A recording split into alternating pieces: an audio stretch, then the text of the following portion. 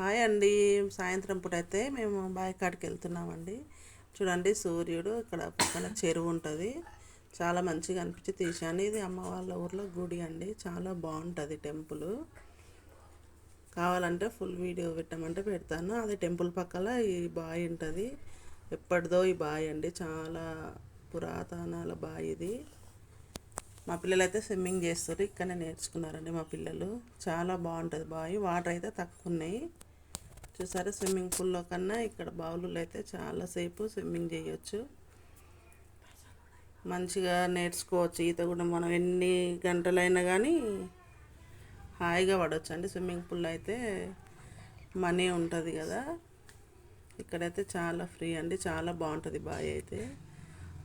ఒకవేళ full video కావాలంటే మళ్ళీ నెక్స్ట్ టైం వెళ్ళినప్పుడు నేను గుడిది వీడియో చేస్తానండి. ఓకేనా? కామెంట్